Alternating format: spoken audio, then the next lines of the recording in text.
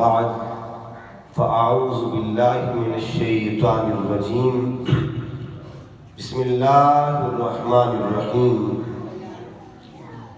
قال الله تبارك وتعالى في كلامه المجيد خلقكم من نفس واحدة وخلق منها زوجها صدق الله مولانا العظيم ان الله وملائكته يصلون على النبي يا ايها الذين امنوا صلوا عليه وسلموا تسليما اللهم صل على سيدنا ومولانا محمد وعلى آل سيدنا ومولانا محمد وبارك وسلم عليه الصلاة والسلام عليك يا سيدي يا رسول الله وعلى آلك وأصحابك يا سيدي يا حبيب الله نہایت واجب الاحترام معزز و محتشم عشاقان مصطفیٰ غلامان مصطفیٰ سامعین و حاضرین، اللہ رب العزت کا کروڑہا مرتبہ احسان عظیم ہے جس کے توفیق خاص کے ساتھ آج کی اس بابرکت محفل پاک میں حاضر ہیں۔ دعا کیجئے رب کائنات ہم سب کا حاضر ہونا اپنی بارگاہ میں قبول فرمائے۔ آج کی یہ مبارک محفل پاک جس نسبت کے ساتھ منسوب ہے، ویسے تو ہر بندہ حضور کا ذکر کرتا ہے، لیکن کمال یہ ہے اپنی خوشیوں میں مصطفیٰ کو یاد کرنا۔ بندہ دنیا میں ہر رشتے کو اپنی خوشی میں شامل کرتا ہے۔ اپنی خوشیوں میں شامل کرنے کے لیے ہم نے لوگوں کو دیکھا ہے کہ پاؤں تک پکڑ کیے جاتے ہیں، اور پاؤں پکڑ کے بھی کسی کو بلانا ہو تو اس میں شرم محسوس نہیں ہوتی۔ ایسے بھی ہم نے لوگ دیکھے ہیں کہ فلاں بھی ہماری خوشی میں شامل ہو، فلاں بھی خوشی میں شامل ہو، لیکن خوشی کا کمال اور خوشی کے معراج یہ ہے کہ خوشی میں آمنہ کے لال کے ذکر کو شامل کر لیا۔ یہ سب سے بڑی خوشی ہے جن کی وجہ سے خوشیاں ملی۔ اگر وہ نہ ہوتے تو کچھ خوشی کائنات کی نہ ہوتی، جس کے صدقے سے ہمیں خوشیاں ملی ہیں۔ آج اسی نبی کا خوشی میں ذکر ہو رہا ہے، تو مبارکباد پیش کرتا ہوں محترم غلام شبیر صاحب اور ان کی فیملی کے تمام افراد، ماسٹر سلیم صاحب، اشرف صاحب، اللہ پاک اس خوشی کو اپنی بارگاہ میں قبول فرمائے، اور ان کے صاحبزادے عزیزم صدام حسین کو اللہ تعالیٰ برکات نصیب فرمائے۔ آج کی گفتگو کا موضوع یہی ہے کہ خوشی کا ذکر مصطفیٰ سے کیا تعلق ہے۔ شادیوں میں نبی کا ذکر ہم کیوں کرتے ہیں؟ دلیل کوئی ہے؟ کیا کوئی بنیاد ہے کہ شادی میں نبی پاک کا ذکر کرنا؟ یاد رکھیے، ہمارا کوئی بھی معاملہ ہو، خواہ اس کا تعلق رب کے گھر سے ہو، خواہ اس کا تعلق ہمارے گھر سے ہو، حضور کے بغیر مکمل ہوتا ہی نہیں۔ رب کے گھر کا ایک مثال رب کے گھر کے لیتے ہیں اور ایک مثال ہم اپنے گھر کے لیتے ہیں، اور یہ بھی یاد رکھ لیں دو چیزیں ایسی ہیں جن سے کوئی بھی امر دین مکمل ہوتا ہے۔ امور دینیہ جتنے بھی ہیں نا، نماز ہے، روزہ ہے، حج ہے، اس کے پیچھے دو نسبتیں ہیں۔ نماز رب کے گھر میں ہم پڑھتے ہیں اور شادیاں ہم اپنے گھروں میں کرتے ہیں۔ ایک چیز کا تعلق رب کے گھر سے، ایک کا تعلق ہمارے گھر سے، لیکن دونوں کے پیچھے نسبتیں دو ہیں، اور وہ دو نسبتیں کیا ہے؟ ایک ہے نماز پڑھنا، ایک ہے شادی کرنا۔ اگر نماز پڑھنے کو دیکھیں، اس کے پیچھے بھی دو نسبتیں، ایک ہے کہ نماز کا امر، ایک ہے نماز کا طریقہ۔ ٹھیک ہے جی، امر کون دیتا ہے جی؟ اللہ۔ اللہ نے قرآن مجید میں جا بجا نماز کا ذکر فرمایا، حکم دیا اقیم الصلاۃ، اقیم الصلاۃ، اقیم الصلاۃ، نماز پڑھو، لیکن پڑھنے کا طریقہ اللہ نے نہیں بتایا۔ حکم دیا ہے، طریقہ اللہ نے نہیں دیا۔ کیوں؟ تاکہ دنیا مصطفیٰ کی محتاج بنے، دنیا مصطفیٰ کے در پہ آئے۔ طریقہ وہ قرآن پاک میں بیان کر سکتا تھا. اگر 700 مقام پہ قرآن میں حکم دے رہا ہے، ایک آیت طریقے کی بتا دیتا، لیکن اس نے طریقہ نہیں بتایا، صرف حکم دیا کہ نماز پڑھو. ہم نے عرض کیا میرے مالک یہ تو بتا حکم کہاں سے ملتا ہے اور طریقہ کہاں سے ملتا ہے؟ تو سادہ جواب آ گیا، حکم در خدا سے ملتا ہے اور طریقہ در مصطفیٰ سے ملتا ہے. طریقے کے لیے حضور کے در پہ آنا پڑے گا. اب نماز کا لے لیں. حضور علیہ السلام معراج پر گئے.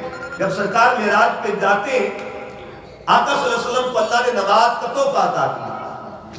جب نماز کا تحفہ ملا تو آقا صلی اللہ علیہ وسلم واپس آئے. صحابہ کرام کو حضور نے فرمایا کہ اللہ نے نماز کا حکم دیا. تو سب نے پوچھا کیف نصلی یا رسول اللہ، حضور حکم تے اللہ دے دیتا ہے کہ پڑھنی کے لیے دس دو. پڑھنی کس طرح ہے؟ تو سرکار نے فرمایا صلو کما رأیتمونی اصلی، مجھے تکتے جاؤ، میری اداؤں کو دیکھتے جاؤ، جو میں کرتا ہوں تم بھی اسی طرح کرتے جاؤ.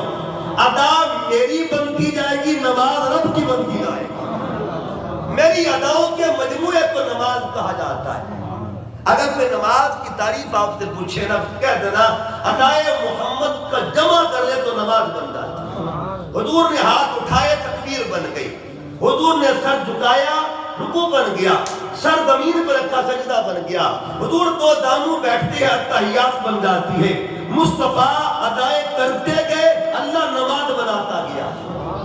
حکم در خدا سے ملتا ہے، طریقہ در. علامہ اقبال کا شعر، علامہ فرماتے لوح بھی تو قلم بھی تو، تیرا وجود الکتاب، گنبد آبگینہ رنگ تیرے محیط میں حباب. تیرے محیط گنبد آبگینہ رنگ، اس کا معنی کیا ہے؟ گنبد آبگینہ رنگ تیرے محیط دائرے کو کہتے ہیں. یہ کل آسمان جو ہے نا آپ کی سامنے حضور کی اس کی حیثیت کیا ہے، اس کی بکت کیا ہے؟ اقبال کہتا ہے گنبد آبگینہ رنگ، کل جو آسمان ہے اس کی آپ کی بارگاہ میں اوقات کتنی ہے کہ جیسے حباب پانی کا بلبلہ ہوا کرتا ہے، جیسے پانی کا بلبلہ ہوتا ہے. اور ایک مقام آگے کہا شوق تیرا اگر نہ ہو. علامہ اقبال فرماتے شوق تیرا اگر نہ ہو، میری نماز کا امام، میرا قیام بھی حجاب، میرا سجود بھی حجاب. اقبال نے بھی بتا دیا کہ حکم در خدا سے ملتا ہے، طریقہ در مصطفیٰ سے ملتا ہے.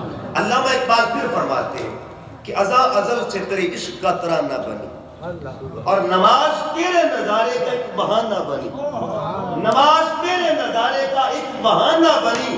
ادائے دید سراپا نیاز تھی تیری، کسی کو دیکھتے رہنا نماز تھی تیری.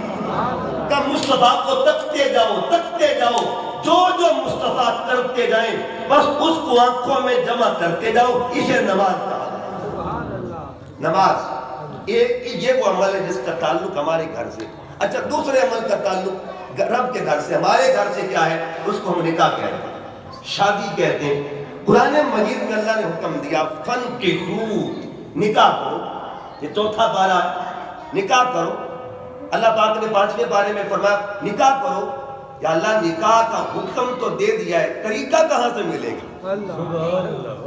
کہا میرے گھر کا معاملہ ہو تب بھی تیرے مصطفیٰ پہ جاؤ، اپنے گھر کا معاملہ تب بھی تیرے مصطفیٰ پہ جاؤ. میرے گھر میں اگر آنا ہے نا تو میرے گھر میں بھی آنے سے پہلے دیکھنا نماز پڑھنی کیسی ہے. اور پھر نماز کے اندر جان کے دیکھیں، نماز کے اندر 2 نسبتیں رب نے رکھی ہوئی ہیں. آپ نے ابھی نماز اثر ہم نے پڑھنی ہے. 2 چیزیں آپ دیکھیں گے. ایک کا نام ہے قیام. کیا نام ہے جی؟ ایک کا نام ہے سلام. ٹھیک ہے جی. ایک کام اللہ کے لیے، ایک کام مصطفیٰ کے لیے. قیام کس کے لیے؟ اللہ کے لیے. سلام کس کے لیے؟ مصطفیٰ کریم کے لیے. ہم نے نماز میں 2 کام اور کرنے ہیں. ایک کا نام ہے سجود، ایک کا نام ہے درود. سجود کس کے لیے؟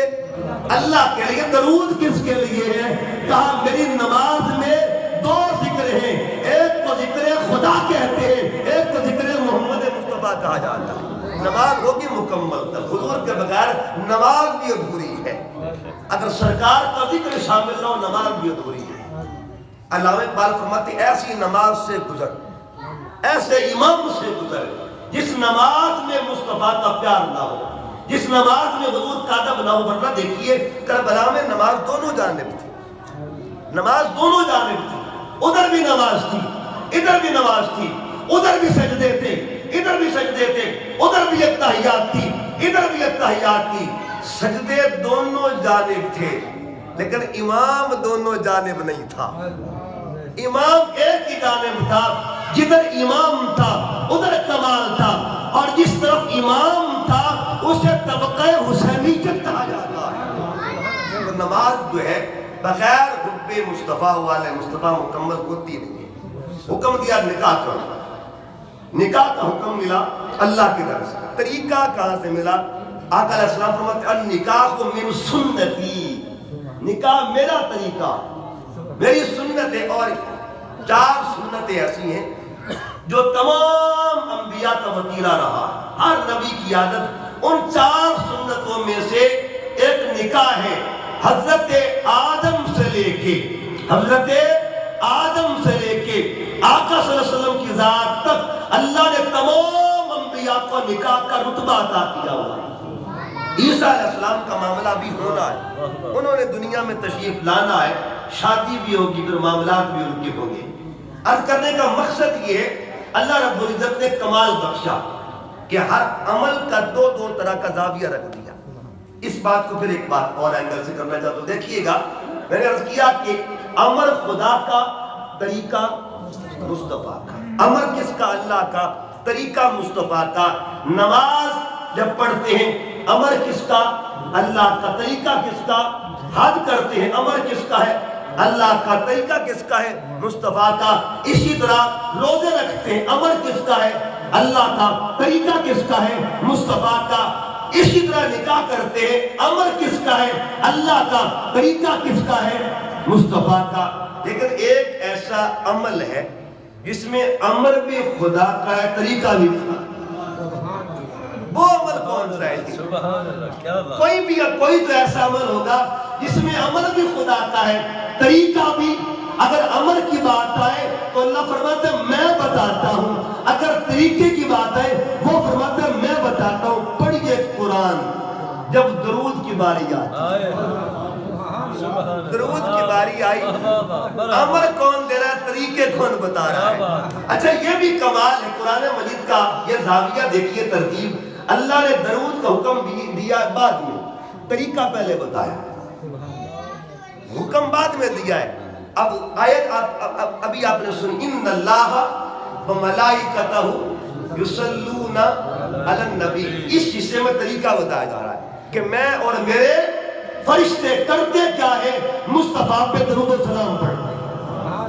آگے حکم دیا یا ایھا الذین آمنوا، اے ایمان والو، صلو علیہ وسلموا تسلیما، جو کام میں کرتا ہوں وہ کام تم بھی کیا کرو۔ خدا میرا نیندر تے سستی تو پاکے، وہ ہے وحدہ، وہ ازل تو پاکے، وہ وقدا نہ تھکدا نہ ہوندا بیمارے، او انگن تو پاک پروردگارے، او حی القیوم، انہوں موت کوئی نہیں، انہوں کر سکتا کدی فوت کوئی نہیں، نہ وہ امتحانہ کی تیاری کردہ، نہ شہرہ جا کے خریداری کردہ، نہ وہ ڈپو کھنڈا کے تقسیم کردہ، نہ وہ بادشاہاں کی تعظیم کردہ، نہ اولاد شادی، نہ کوئی اس کا جیے، تو پھر میں نو دسو وہ خدا کردہ کیے، اے ہو حرف آخر، اے ہو اختتام، اور سونے محمد پہ پڑھنا سلام۔ اس کا ایک ہی کام ہے، ایک ہی کام، اس کا ایک ہی شغل ہے، وہ مصطفیٰ پہ اور مصطفیٰ کی آل پہ درود و سلام پڑھتا رہے۔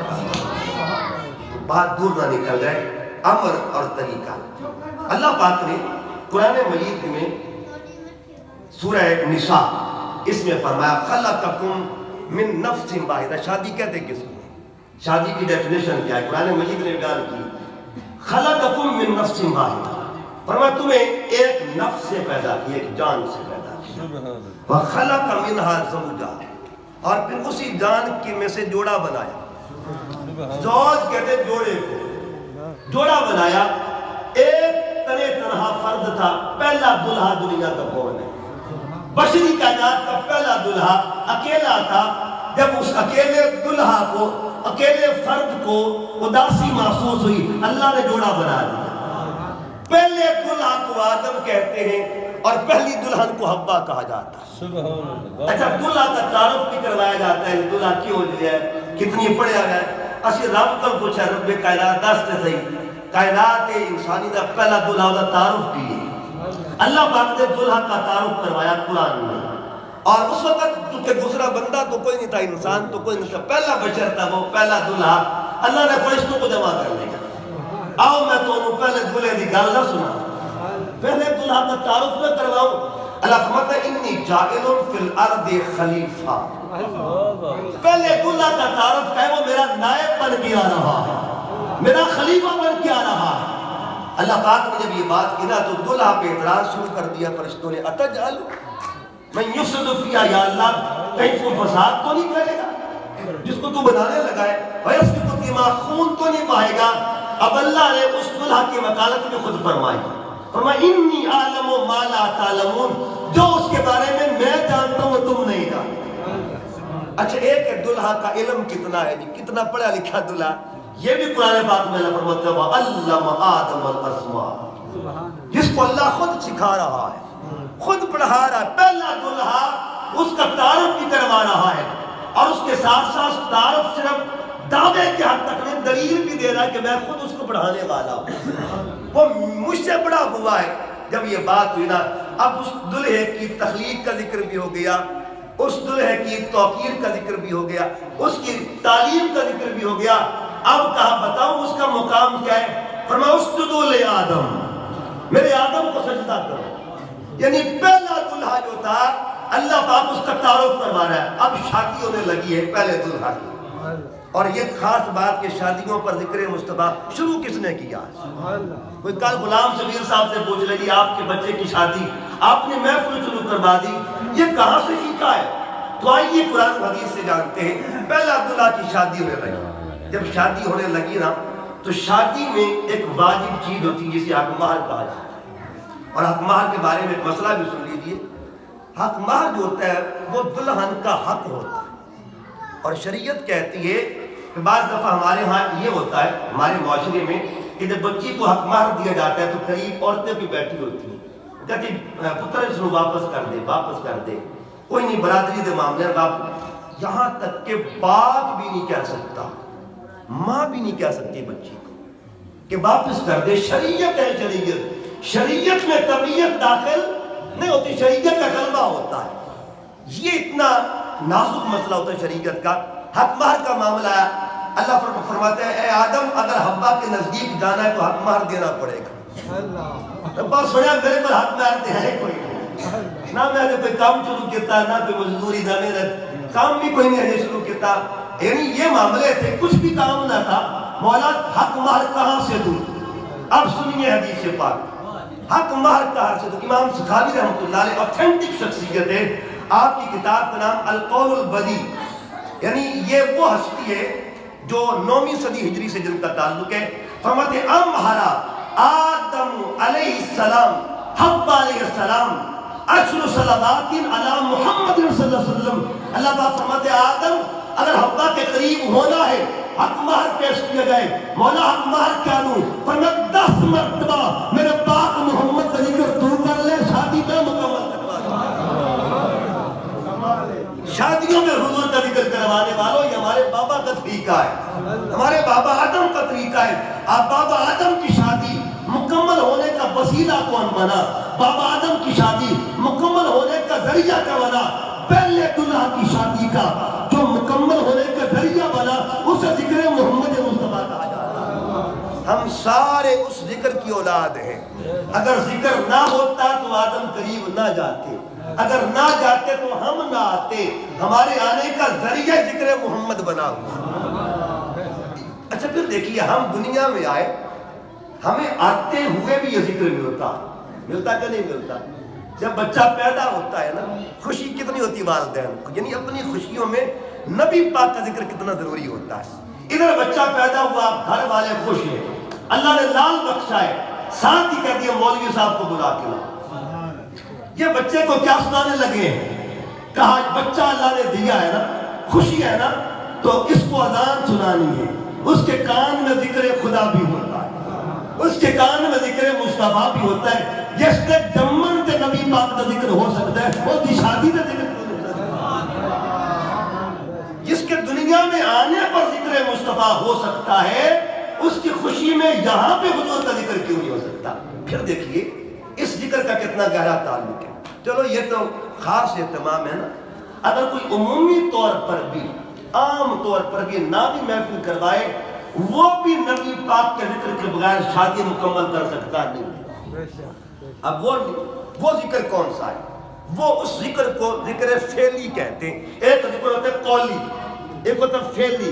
نکاح فعلی ذکر مصطفیٰ ہے، یعنی حضور علیہ السلام کی سنت کے مطابق نکاح کرنا، یہ بھی ذکر محمد مصطفیٰ ہے۔ اور یاد رکھ لیں نکاح میں 3 سنتیں ہوتی ہیں۔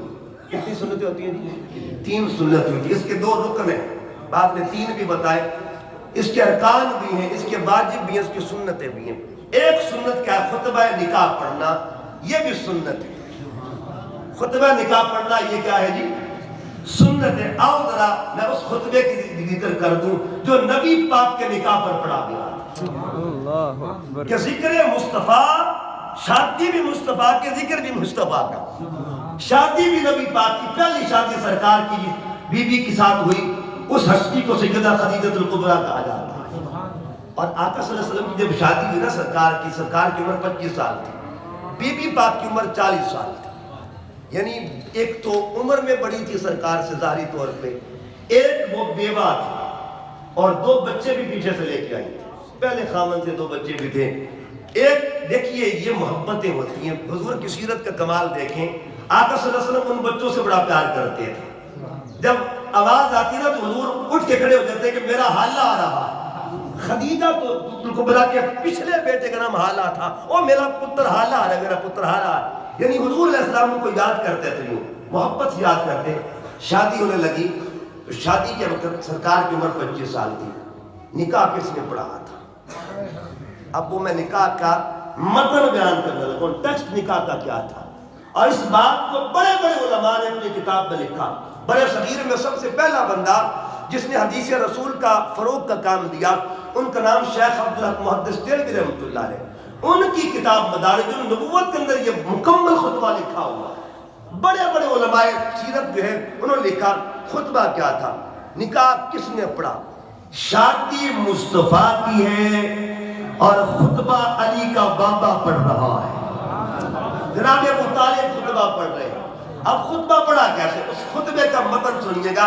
آپ نے خطبہ پڑھا، الحمدللہ الذی جعلنا من ذریۃ ابراہیم، الحمدللہ الذی جعلنا من ذریۃ ابراہیم۔ تمام تعریفیں اس اللہ کے لیے ہیں جس نے ہمیں ابراہیم کی ذریت میں پیدا کیا، اولاد ابراہیم میں پیدا کیا۔ اس کا مطلب یہ ہوا ابھی قرآن والی الحمدللہ بھی نازل ہوئی نہیں تھی جب علی کا بابا الحمدللہ پڑھ رہا۔ اچھا یہ الحمدللہ کب سے شروع ہوئی؟ یہ الحمدللہ بھی حضرت آدم، جب آدم علیہ السلام کو پہلی مرتبہ چھینک آئی نا، روح چلتی چلتی ان کے دماغ تک آئی، تو آدم علیہ السلام کی زبان سے جو پہلا لفظ نکلا وہ بھی الحمدللہ تھا۔ حضرت ابراہیم نے بھی الحمدللہ پڑھا تھا جب آپ کو اللہ نے حضرت اسماعیل اور اسحاق عطا فرمائے تھے، تو یہ طریقہ تھا۔ اس کے بعد آپ نے آگے کیا کہا، وَزَرْعِ اسماعیل، تمام تعریفیں اس اللہ کے لیے جس نے عطرت اسماعیل میں پیدا کیا۔ پھر فرمایا وَدِعْدَئِ مَعْدِن، تمام تعریفیں اس اللہ کے لیے جس نے نسل مات میں پیدا کیا ہے۔ آگے فرمایا وَأُنْصُرِ مُدَر، تمام تعریفیں اس اللہ کے لیے جس نے مدر کی اصل میں پیدا کیا ہے۔ اس کے بعد سنیے ذکر مصطفیٰ، شادی میں رسول پاک کی ذکر بھی فرمایا ثم ان من اخی ھذا محمد بن عبد اللہ ویوزن به رجل، یا اللہ پاک ابن اخی، یہ میرے بھائی کا پتر ہے، میرے ویر دا پتر ہے، یعنی اے محمد میرے ویر دا پتر ہے۔ کون کہہ رہا ہے؟ حضرت ابو طالب کہہ رہے ہیں۔ اور کیا نام ہے؟ محمد بن عبد اللہ۔ آگے فرمایا کہ لا یوزن به رجل، دنیا میں کوئی ایسا بندہ نہیں جو محمد سے موازنہ کر سکے، جو مصطفیٰ کی برابری کر سکے۔ یہ کون کہہ رہا ہے؟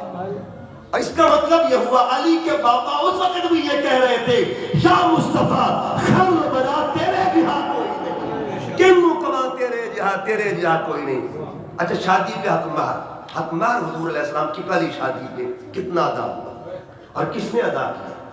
جب حق مہر کی باری آئے نا تو آقا صلی اللہ علیہ وسلم کی طرف سے حضرت ابو طالب فرماتے پتر حق مہر بھی میں تیرے بنو دے سوں 20 اونٹ پہلی شادی پہ جو رسول پاک کے حق مہر کے لیے پیش کر دے ان کو علی کا بابا کہا جاتا ہے، ان کو مولا علی کا بابا کہتے ہیں۔ یہ سیرت کی کتابیں ہیں، یہ اسلام کی تاریخ ہے۔ اور بات کو جلدی مکمل کرنے کی طرف جا رہا ہوں۔ شادیوں پہ حضور علیہ السلام، اور پھر اگلی بات جو کمال کی ہے، حضور علیہ السلام کی 11 شادیاں ہوئی، سب سے زیادہ عرصہ حضور کے نکاح میں کون رہا؟ یہ بھی ایک تاریخ ہے۔ یعنی حضرت بی بی خدیجہ الکبریٰ کی جب شادی ہوئی تھی اس وقت ان کی عمر 40 سال تھی، اور جب بی بی پاک کا وصال ہوا اس وقت ان کی عمر 65 سال تھی۔ 25 سال سرکار کے نکاح میں رہے، اور 25 سال نکاح میں جب تک بی بی خدیجہ رہی، بی بی عائشہ بعد میں تشریف لاتی، بی بی حفصہ بعد میں آتی، باقی ازواج مطہرات بعد میں آتی، ان کے ہوتے ہوئے دوسری زوجہ سرکار کی کوئی نہیں۔ اچھا ادھر دیکھیں تو ان کے ہوتے دوسری بیوی نہیں، ادھر مولا علی کے نکاح کو دیکھ لیں، جب تک ان کے نکاح میں سیدہ پاک رہی، سیدہ پاک کے وصال تک، حالانکہ قرآن پاک نے آپشن دیا ہے کہ 4 شادیاں ایک وقت میں مرد کر سکتا ہے، آیت بھی اتر چکی تھی، اجازتیں بھی قرآن نے دی تھی، مگر سرکار نے فرمایا علی میری فاطمہ کے ہوتے ہوئے تو دوسری شادی نہیں کر سکتا۔ یہ اتھارٹی ہے، یہ قانون ہے، یہ اختیار ہے، علی سب کو چھٹی ہے مگر تو دوسری شادی نہیں کر سکتا۔ اب نتیجہ کیا نکلا کہ جن کے ہوتے ہوئے دوسرا کوئی نہ آئے، یا اسے خدیجہ کہتے ہیں یا اسے زہرا کہا جاتا ہے، ادھر بھی دوسرا کوئی نہیں، ادھر بھی دوسرا کوئی نہیں۔ اور آؤ ذرا سیدہ زہرا کی شادی کا ذکر نہ کریں، شادیوں کے فیصلے کون کرتا ہے؟ اور شاید قرآن پاک کو پڑھیے گا، سورت کا نام ہے رحمان۔ جب رحمان کی صورت میں پڑھتا ہوں نا، اس میں بات آتی ہے، اور وہ بات کیا ہے کہ آپ جانتے ہیں کہ ایک وہ صورت ہے جس کو قرآن کا دل کہتے ہیں، ایک وہ صورت ہے جس کو قرآن کی دلہن بھی کہتے ہیں۔ سورہ رحمان کو عروس القرآن کہتے ہیں، قرآن کی دلہن، قرآن کی دلہن کہتے ہیں۔ کیوں کہتے ہیں؟ کبھی غور کیا ہے؟ اس صورت میں ایک جوڑے کا ذکر ہے، ایک شادی کا ذکر ہے۔ اس میں اللہ فرماتا ہے مرج البحرین، جب 2 سمندر آپس میں ملتے ہیں، اور جب ملتے ہیں نا بینہما برزخ، ان کے درمیان پردہ نکاح تھا، ان 2 سمندروں کے ملنے سے یخرج منہم اللؤلؤ والمرجان، 2 موتی نکلتے ہیں، ایک موتی کو لولو کہتے ہیں، ایک کو مرجان کہا جاتا ہے۔ اب اس کی تفسیر کس نے کی؟ اگر بات کہانی تک ہوتی ہے، بات عقیدت کی ہوتی ہے، الگ بات، یہ بات سب سے پہلے کس نے کی؟ حضور علیہ السلام کے چچا زاد حضرت عبداللہ ابن عباس رضی اللہ تعالیٰ عنہ، ان سے کس نے پوچھا سرکار بحرین کون ہے، یہ سمندر کون سے؟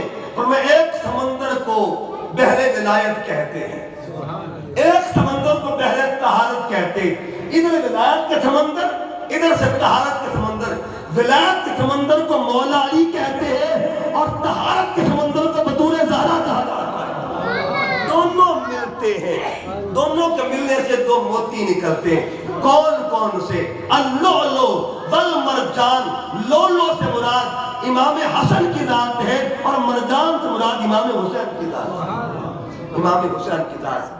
اب یہاں پہ جو خاص حدیث بات، شادیاں ہم بھی کرتے ہیں، فیصلے والدین کرتے ہیں، فیصلے داد کے کر دیتے ہیں، فیصلے نان کے کر دیتے ہیں، لیکن حدیث سے بات سنیے، جب شادی ہوئی مولا علی کی تو فیصلے کون کر رہا ہے؟ میرے سامنے حدیث پاک کی کتاب، میں گاڑی میں تقریباً رہ گئی ہوں۔ اب حدیث سے بات میں آتا ہے کہ سرکار صلی اللہ علیہ وسلم تشریف فرما تھے، اچانک حضور کی بارگاہ میں جبرائیل آئے اور آ کے عرض کیا یا رسول اللہ، اللہ کی طرف سے آیا، اللہ پاک نے حکم دیا ہے، آسمان پہ اللہ نے علی اور فاطمہ کا نکاح کر دیا۔ ان اللہ قد امرانی، حضور فرماتے ہیں اللہ نے مجھے حکم دیا ان ازوج بین فاطمہ و علی، علی اور فاطمہ کے درمیان میں نکاح کر دوں۔ ایک اوپر انتظام ہوا ایک نیچے انتظام ہوا. اوپر کے منتظم کو ذات خدا کہتے ہیں اور نیچے کے منتظم کو ذات مصطفیٰ کہتے ہیں. ذات مصطفیٰ شادی ہوئی نا. اب جو کمال کی حدیث کے لفظ ہے نا یتحادونہم بینہم الی یوم القیامہ. آقا فرماتے ہیں اے علی تیری شادی کی خوشی اتنی ہے نا آسمانوں پہ کہ بعد کی شادیاں ہوتی ہیں نا 2 دن خوشی ہوتی ہے, 3 دن خوشی ہے, 4 دن خوشی ہے, 5 دن خوشی ہے, سال خوشی ہوتی رہے گی زیادہ سے زیادہ, مگر قیامت تک کے لیے فرشتے ایک دوسرے کو تحفے دیتے رہیں گے. حدیث کے لفظ یتحادونہم بینہم الی یوم القیامہ. قیامت کے دن ایک دوسرے کو گفٹ دیتے پہنے. کیوں؟ اور زمین پر علی کی شادی ہوئی, شادی ایک دن ہوئی ہے اور خوشیاں قیامت تک. آخری بات کرتا ہے کہ بات کو مکمل کرنے لگا ہوں. شادی کا تحفہ مولا علی کو حکم دیا علی کچھ انتظام کرو, یہ محبت کا پیغام, انتظام کرو. حضرت علی کے گھر میں ایک ذرہ تھا جنگی لباس, اور آپ جانتے ہیں جنگی لباس کتنا اہم ہوتا ہے.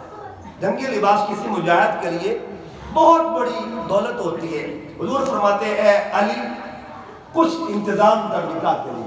آپ جنگی لباس لے گئے بیچنے کے لیے کہ چلو یہ بک جائے گا, کوئی اس کے معاوضے میں جو آئے گا بدلے میں میں نکاح کا انتظام کروں گا. نکلے بازار میں عثمان غنی کھڑے ہوئے تھے. پوچھا پیارے علی کدھر جا رہے ہو؟ میں زرہ بیچنے جا رہا ہوں. اچھا خیر تے زرہ بیچن دی لوڑ پہ گئی تو آپ فرماتے کہ آقا نے حکم دیا ہے کہ شادی کی تیاری. اچھا پھر کس کو بیچو گے؟ فرمایا جو لے لے گا بیچ دوں گا. حضرت عثمان غنی کہتے چلو میں خریدار بن جاتا ہوں, میرے ساتھ سودا کر لو. اب زرہ مولا علی کی ہے, خریدار عثمان غنی بن گئے. جب خرید لی پیسے دے دیے, جو بھی اس کی قیمت دے دی, جب دیکھ کے مولا علی واپس گھومنے لگے نا پیچھے سے آواز آئی یبن ابی طالب اسمع کلامی, اے ابو طالب کے پتر بات تو سننا میری, بڑی جلدی ہے. آپ فرماتے خیر تو ہے. کہا دوستوں کو شادی کا گفٹ دیا کرتے ہیں, تحفے دیتے. کیا مجھ سے تحفہ نہیں لوگے شادی کا؟ مجھ سے گفٹ نہیں لوگے؟ کوئی ذرا جو خریدی تھی تحفے کے طور پر مولا علی کو واپس جاؤ جا کے شادی کا انتظام کرو. لہٰذا یہ جو شادیوں پر یہ باتیں بتانے کا مقصد یہ ہے. اور ایک تربیتی بات بتا دوں, گھروں کے جو ماحول ہوتے ہیں نا اس کے لیے ایک بات بتا دوں. حضور کی ایک بیوی تھی حضرت مامونہ رضی اللہ عنہا, ان کے ساتھ شادی. ایک رات ایسا کہ سرکار ان کے کمرے میں گئے تو کسی کام سے حضور باہر نکلے, کوئی مقام تھا تو بشری تقاضے ہوتے ہیں. انہوں نے اندر سے کنجی لگا لی بی بی مامونہ نے. سرکار واپس آئے, کنجی کھٹکھٹائی تو بی بی صاحبہ اندر سے بولی کہ جس کے پاس گئے تھے نا اسی کے پاس رہے. یعنی ان کے ذہن میں تھا کسی اور سودا کے پاس گئے. سرکار مسکرا پڑے تو میں مامونہ کنجی کھولو, دروازہ کھولو. پھر عرض کیا کہ جس کے پاس گئے اسی کے پاس رہے. تیسری بار آقا فرماتے مامونہ مجھے خطرہ ہے کہیں قرآن کی کوئی آیت نہ اتر آئے. میں خدا کا رسول بھی ہوں, اللہ کا نبی ہوں, صرف تیرا شوہر ہی نہیں. اتنی باتیں اندر سے وہ بی بی کھانپ جاتی ہے. جلدی جلدی کنجی کھولی اور ڈر گئی اس جملے سے, اور دروازے کو پکڑ کے پیچھے اپنی طرف کھینچتی. حضور اپنی طرف کھینچتے, وہ اپنی طرف کھینچتی ہے. سرکار مسکرا رہے ہیں. فرماتے مامونہ ڈرنا نہیں ہے, کوئی بات نہیں, غصہ آتا جاتا رہتا. یعنی اتنے بڑے معاملے کو سرکار نے مسکرا کے ٹال دیا. اور یہ ہمیں تعلیم دی ہے, ورنہ وہ معاملے بہت اونچے تھے. ہمیں تعلیم دی ہے اگر اپنے گھر کو جنت بنانا ہے سیرت محمدی پہ عمل کر لیا کرو. کبھی کبھی سرکار بی بی عائشہ صدیقہ سے فرماتے عائشہ چلو دوڑ لگاتے گھر میں. ایک دن کھانا کھانے کے بعد جس طرح بات کرتے ہیں تو تیز بات ہوئی نا تو بی بی عائشہ صدیقہ تھوڑا آگے گزر گئے. حضور خود آہستہ ہو گئے, کسی کی دلجوئی کے لیے بھی کرنا پڑتا ہے. آگے بڑھ گئی تو بی بی عائشہ فرماتی ہے سرکار میں آج جت گئی, میں آج آگے بڑھ گئی. ایک دن پھر آہستہ ہو, سرکار فرماتے عائشہ چلو آج پھر دوڑ لگاتے ہیں. آج حضور علیہ السلام آگے بڑھ گئے. سرکار فرماتے میں نے بدلہ لے لیا. یہ ماحول گھر کے ہوتے ہیں تو ہمیں اپنے گھروں کے اندر اس طرح کی تعلیمات جو ہے ان کا اطلاق کرنا ضروری ہے. سیرت محمدی اتنی حسین سیرت ہے, ہمارے گھر کے ماحول کو جنت بنانے کے لیے سیرت مصطفیٰ بہت ضروری ہے. میں بار دیگر اللہ کی بارگاہ میں گزار ہوں اللہ پاک غلام شبیر صاحب کے بچے کی اس خوشی کو اللہ تعالیٰ اور عروج نصیب فرمائے۔ اللہ پاک اس خوشی کا واسطہ جو خوشی حسنین کے والدین کو اللہ نے عطا فرمائی تھی، اللہ ان کو خیرات نصیب فرمائے اور اللہ تعالیٰ ان کو برکت نصیب فرمائے۔ وما علیہ الا البلاغ۔